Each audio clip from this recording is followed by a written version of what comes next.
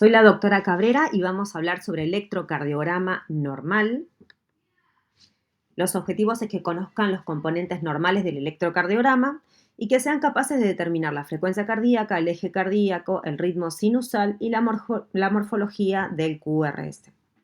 El electrocardiograma es un gráfico en el que se estudian las variaciones del voltaje en relación al tiempo. Es un registro de la actividad eléctrica del corazón que se suele hacer con un electrocardiógrafo portátil, ¿sí? Este electrocardiógrafo portátil tiene una hoja que imprime estas ondas cardíacas y se suele hacer en un tiempo aproximado de 10 segundos. Un electrocardiograma no suele exceder los 30 segundos de medición. También se puede registrar este electrocardiograma en una pantalla para hacer un monitoreo continuo del corazón, especialmente en pacientes que están en unidad cerrada, en unidad coronaria o en terapia intensiva. La velocidad con que se graba este electrocardiograma estándar y habitual es de 25 milímetros por segundo. A su vez vamos a ver que en esta hoja del electrocardiograma, que es milimetrada, tenemos cuadraditos pequeños de 1 milímetro por 1 milímetro. El ancho de este cuadradito me va a determinar la duración. Un cuadradito pequeño tiene una duración de 0,04 segundos y la altura me va a determinar el voltaje. Un cuadradito pequeño, que es 1 milímetro, va a tener 0,1 milivoltios. A su vez también vamos a notar cuadrados grandes. Estos cuadrados grandes tienen 5 milímetros por 5, entonces el ancho, la duración de este cuadrado grande va a ser de 0,20 segundos y la altura de 5 milímetros. Esto es importante, ¿por qué? Porque cuando nosotros veamos ondas, las vamos a medir, la duración y el voltaje, entonces nos vamos a basar en esta duración para poder determinar la duración y el voltaje de cada una de ellas. ¿Cómo vamos a saber cómo está calibrado el electrocardiograma? Bueno, vamos a ver esta figura que aparece antes de hacerse el electro o al final, donde tiene un ancho de 5 cuadraditos pequeños y la altura de 10, y también está escrito en general cómo fue calibrado. Entonces, nosotros cuando vamos a ver un electro tenemos que ver esta calibración para ver para ver la velocidad con la cual se está imprimiendo. Entonces, importante, un cuadrado pequeño, 1 milímetro, va a corresponder a 0,04 segundos y 10 milímetros de alto van a responder a 1 milivolt, la velocidad que habíamos dicho. Entonces, acá, por ejemplo, en esta tira, que es una tira de D2, nosotros vamos a ver estos cuadrados pequeños, los cuadrados grandes que están marcados un poquito más resaltados para que los podamos ver. Entonces, si, por ejemplo, yo quiero medir esta onda y tiene 2 cuadrados pequeños, sé que la duración es de 0,08 segundos. En este gráfico estamos viendo la representación de los latidos cardíacos. Cada uno de estos complejos representa un latido cardíaco. Entonces, en esta tira tenemos 1, 2, 3, 4, 5, 6, 7 y podemos acá ver un octavo latido cardíaco. Vamos a recordar el sistema de conducción del corazón. El sistema de conducción está garantizado por células especializadas que son automáticas, o sea, son capaces de generar un impulso nervioso y de transmitirlo. Va a comenzar en el nódulo sinusal, que está por detrás de la aurícula derecha, en la desembocadura de la vena cava superior. Este nódulo sinusal va a ser el que genere el impulso cardíaco, que va a ser transmitido por diferentes vías a la aurícula derecha y también hacia la aurícula izquierda. Las fibras van a converger en otro nodo, que es el nodo AB. Este nodo AB lo que va a producir es un retraso en la conducción, y este retraso de conducción va a permitir que se contraigan primero las aurículas y posteriormente se contraigan los ventrículos, o sea que el impulso genere una pequeña demora. que es fisiológica y es normal. Cuando pasen a los ventrículos, van a pasar a través del haz de His, que primero es único y luego se divide en una rama derecha y una rama izquierda. La rama derecha va a inervar el corazón derecho y la izquierda el izquierdo. Cuando escuchen bloqueos de rama, se está refiriendo al bloqueo de estas ramas, de las de His, de la rama derecha o de la rama izquierda. Vamos a ver cuáles son las ondas que va a imprimir este electrocardiograma, que vamos a poder ver. Tenemos la onda P, que es una onda que es simétrica, ¿sí? Que en la derivada que vimos recién, que es la derivada de 2, es positivo normalmente. Tiene una duración de hasta 0,12 segundos. Entonces, va a ser una duración máxima de hasta 3 cuadraditos pequeños. La altura máxima es de 2 milivolts. Así que la altura es de 2 milímetros. Entonces tenemos una altura de 2 cuadraditos pequeños y un ancho de hasta 3 cuadraditos pequeños. Es una onda simétrica, ¿sí? Y lo que va a representar es la contracción de las aurículas. Luego tenemos un segmento, que es el segmento PR, que inicia desde el fin de la onda P hasta el inicio de la próxima onda.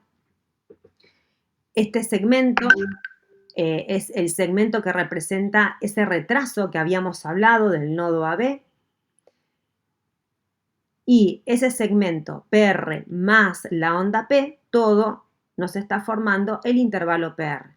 El intervalo PR tiene una duración máxima de 0,20 segundos, o sea que sería lo que habíamos hablado antes, 5 cuadraditos pequeños. Luego tenemos el complejo QRS, que va a representar la contracción de los ventrículos. La primera onda que se grafica, que es una onda negativa, es la onda Q. Luego tenemos una onda positiva, que es la onda R, y una onda negativa, que es la S. La onda Q no está presente en todas las derivadas y es una onda pequeña en general y que no está presente en todas las derivadas. Entonces nosotros podemos ver la onda P, el segmento PR y después podemos directamente ver una onda positiva. Si vemos primero la primera onda positiva del QRS va a ser la R. Entonces podemos ver directamente la R y seguida la S. Y a su vez la altura de la R y la S va a depender de dónde miramos el corazón. O sea que bueno, puede ser más alta o más baja. Pero bueno, primera onda negativa, la primera onda, si es negativa es la Q. Y si la primera onda es positiva es la R. Y la última onda que aparezca negativa va a ser la S. Luego de la S tenemos otra línea isoeléctrica que es el segmento ST. Esto es muy importante que sea isoeléctrica. ¿Por qué? Porque las variaciones de este segmento hacia arriba o hacia abajo nos está hablando de patologías. Entonces es una onda isoeléctrica que va a estar a la misma línea que la línea de base, o sea, después de este segmento ST, que es un periodo de reposo de los ventrículos, tenemos la onda T, que es la repolarización de los ventrículos. Esta onda T es una onda asimétrica que tiene un ascenso más lento, ¿sí? La onda P es simétrica, pero la onda T no es simétrica y es más grande. Puede ser, generalmente la onda T tiene la misma polaridad que el QRS. Entonces, por ejemplo, acá el QRS tiene un mayor porcentaje positivo, entonces la onda T también es positiva.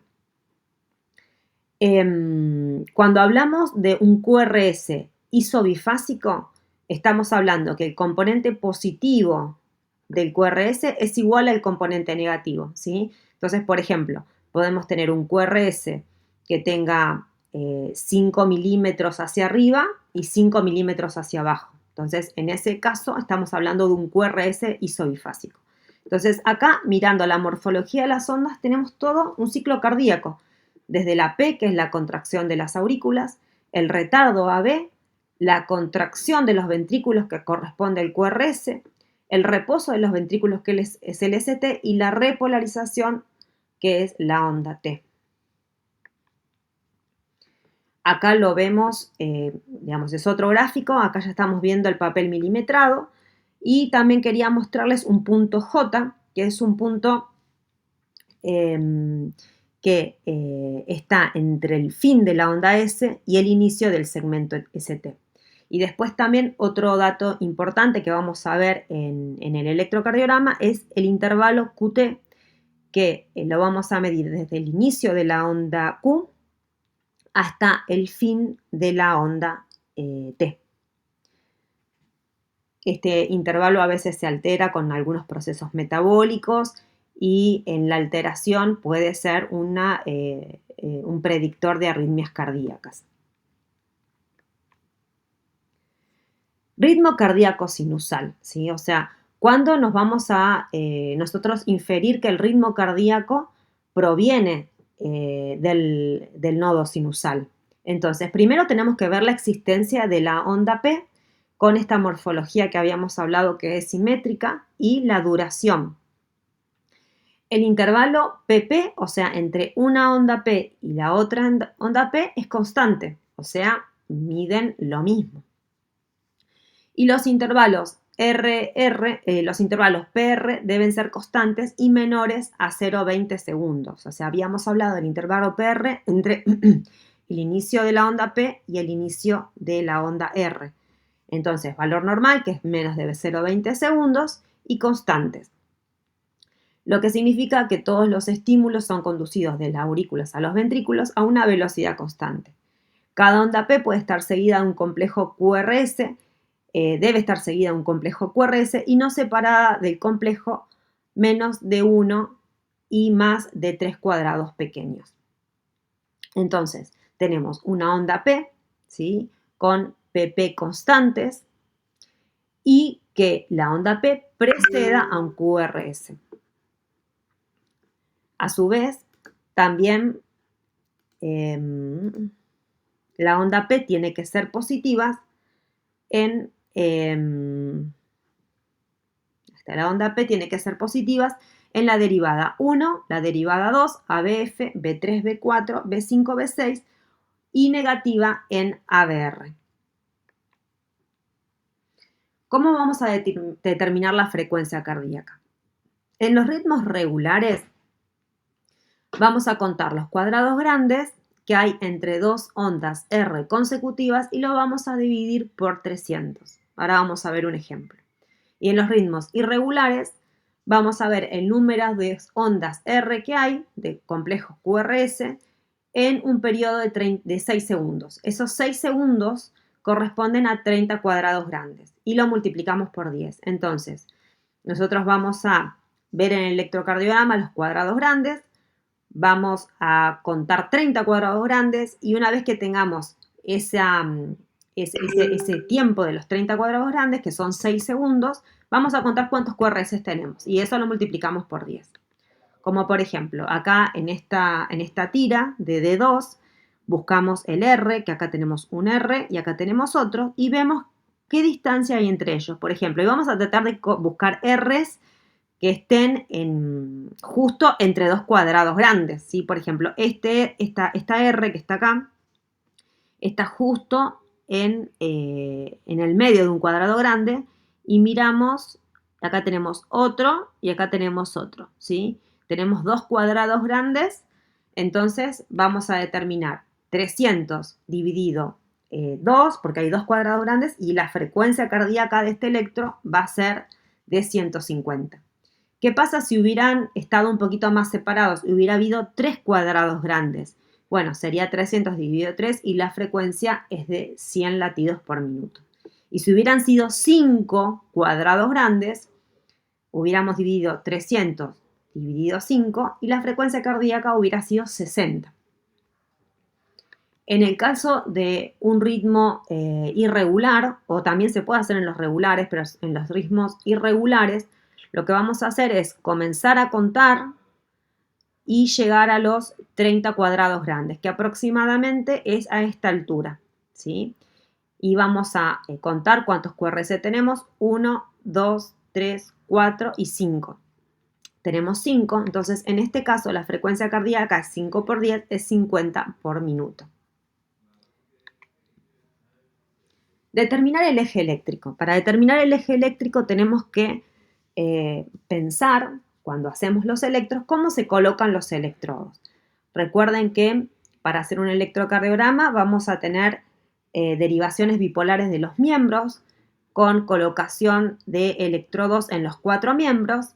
ABR se coloca a la izquierda, a la derecha, ABL a la izquierda, ABF en el miembro inferior izquierdo, y después tenemos el último que es de color negro.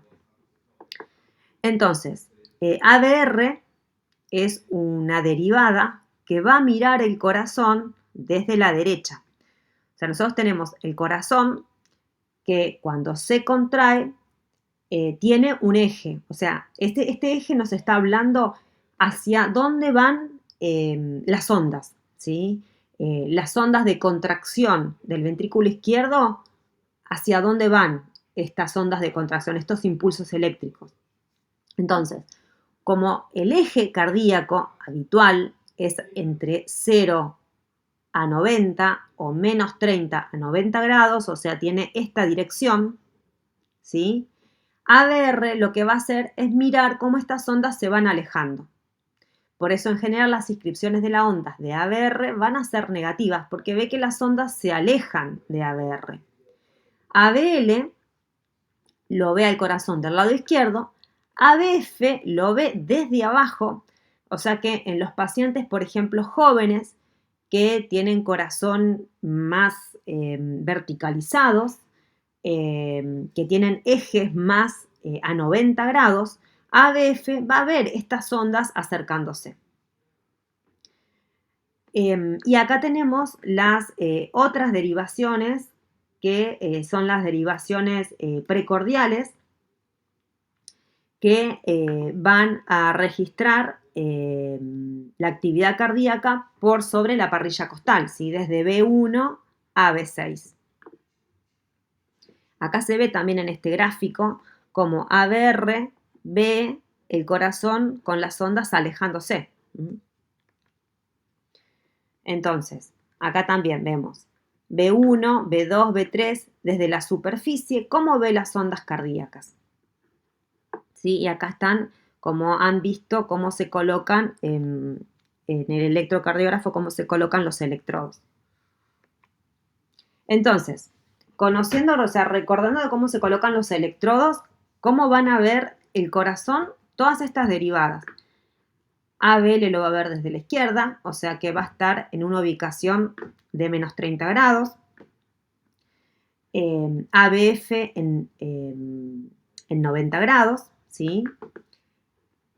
ABR va a estar negativa en menos 150 grados. Y a su vez tenemos D1, que está en 0 grados, D2, que está en 60 grados positivo, y D3, que está en 120 grados positivos. El eje eléctrico del corazón normalmente se sitúa entre menos 30 y más 90 grados. ¿Cómo lo vamos a sacar este eje? Entonces, si el QRS en la derivada D1, o sea, en esta que está en 0 grados, es positivo, y en ABF también es positivo, nosotros podemos inferir que el eje se encuentra normal, se encuentra entre 0 y 90 grados, ¿sí? O sea, el eje del QRS, cuando nosotros miremos en el electro el QRS en todas las derivadas, el eje va a estar donde el QRS sea más positivo. O sea, si nosotros tenemos de la línea isoeléctrica por arriba lo positivo y de la línea isoeléctrica por debajo lo positivo, si nosotros hacemos un promedio, o sea, lo positivo menos lo negativo, y sacamos un promedio, en la derivada que esté más positivo, ese va a ser nuestro eje. Una manera de darnos cuenta es, si en D1 es positivo y en ABF positivo, entonces el eje está dentro de un valor normal. Otra manera de sacar el eje es buscar en la derivada de las extremidades un QRS que sea isoeléctrico, o sea que el componente positivo y el negativo sean cero. Si encontramos un QRS isoeléctrico, lo que vamos a buscar es la derivada perpendicular y ahí vamos a tener el eje. Entonces, si por ejemplo nosotros encontramos en ABL un QRS que es isoeléctrico, vamos a buscar la perpendicular y vamos a decir que nuestro eje está en D2, o sea que está en 60 grados.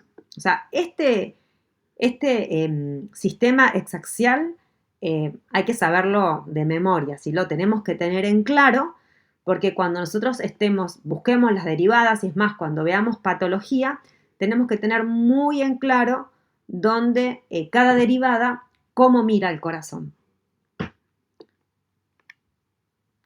Acá tenemos, por ejemplo, una tira de electrocardiograma completa con D1, D2, D3, ABR, ABL, ABF. Fíjense que ABL es una de las derivadas que tiene los componentes negativos. Tiene la P negativa, el QRS negativo y la T también es negativa, porque ve alejarse las ondas del corazón, ¿sí? La que se suele ver mejor las ondas y es la que se suele hacer tiras largas cuando hay arritmias es la derivada de 2, que es la típica que vemos en los libros o como ejemplos. En la derivada de 2, que es la que estaba en 60 grados, generalmente la P es positiva, la T es positiva y el QRS también es positivo. Acá vemos, por ejemplo, en este electro vemos que en ABF es positivo, en D1 es positivo, entonces sabemos que el eje está normal, ¿sí? Si veríamos, por ejemplo, en ABF un QRS negativo, sabemos que el eje del QRS está desviado. Y a ver, busquemos si acá encontramos alguna isobifásica. Entonces, vemos, en D1 el QRS es positivo, en D2 es positivo también. En D3 es también positivo, en ABR es negativo. En ABL tenemos una mitad positiva y una mitad negativa, o sea que acá tenemos un QRS isobifásico y en ABF es positivo. Entonces, si tenemos en ABL un QRS isobifásico, ¿dónde vamos a encontrar el eje? ¿Dónde está la perpendicular? Y la perpendicular está en D2. Entonces, nuestro eje está en D2, ¿sí? Vamos a volver a la diapositiva anterior. Si tenemos una isobifásica en ABL y buscamos la perpendicular, tenemos que el eje de este paciente está en D2. O sea, está en 60 grados.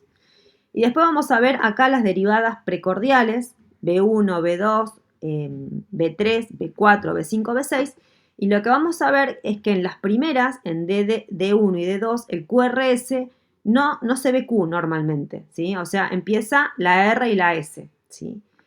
Y la Q comienza en las últimas derivadas, ¿no? B4, B5, B6, y es muy pequeño, ¿sí? La Q es muy chiquita, ¿sí? Una Q grande, profunda, es patológica.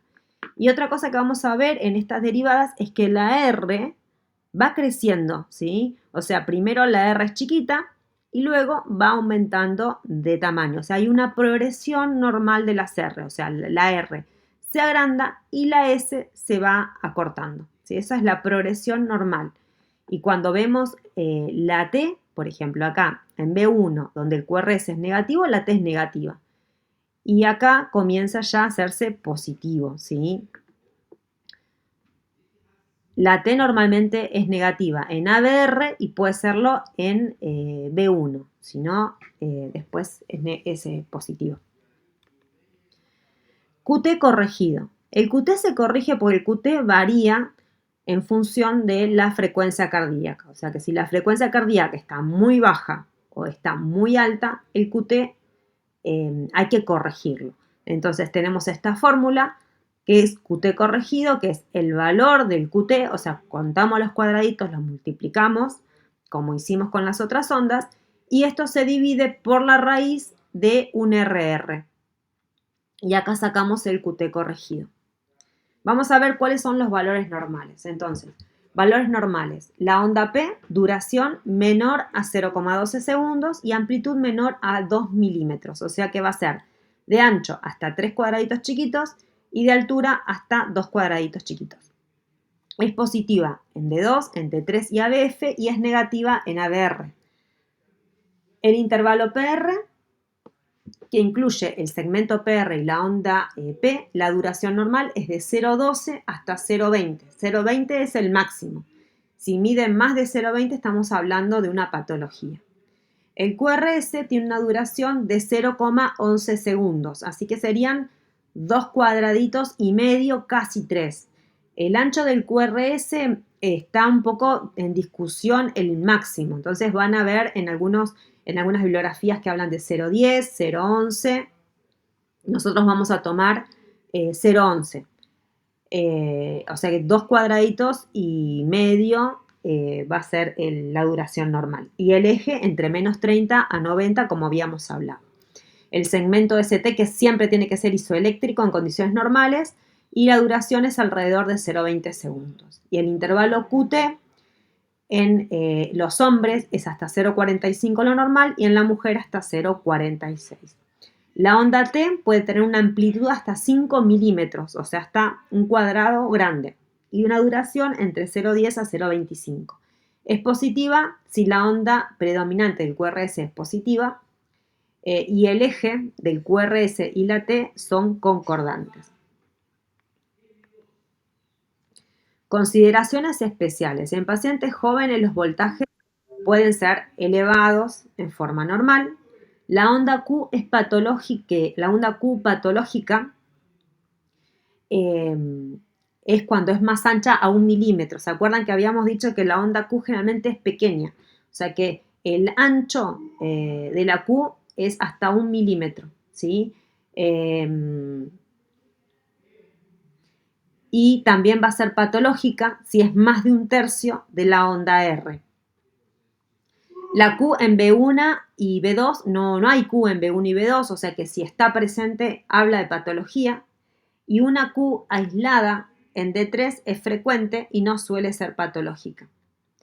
En las procordiales habíamos hablado de la progresión de la R, que comienza siendo pequeña y la S es profunda, y después eso va cambiando en las siguientes derivadas.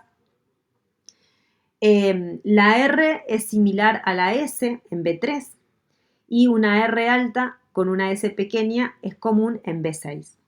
La onda T suele ser negativa y normal en D3, ABL y en B1, ¿sí?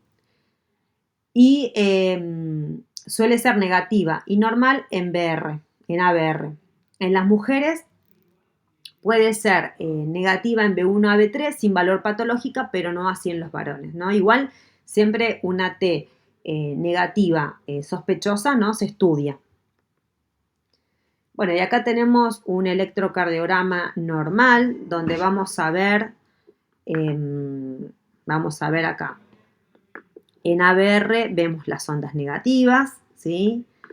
En D2 es el mejor lugar para ver la P porque siempre se ve positiva, tiene que preceder al QRS, tenemos que ver también el tamaño. Acá vemos la onda T que tiene un inicio más lento, que se ve bien claro. ¿Qué más podemos ver?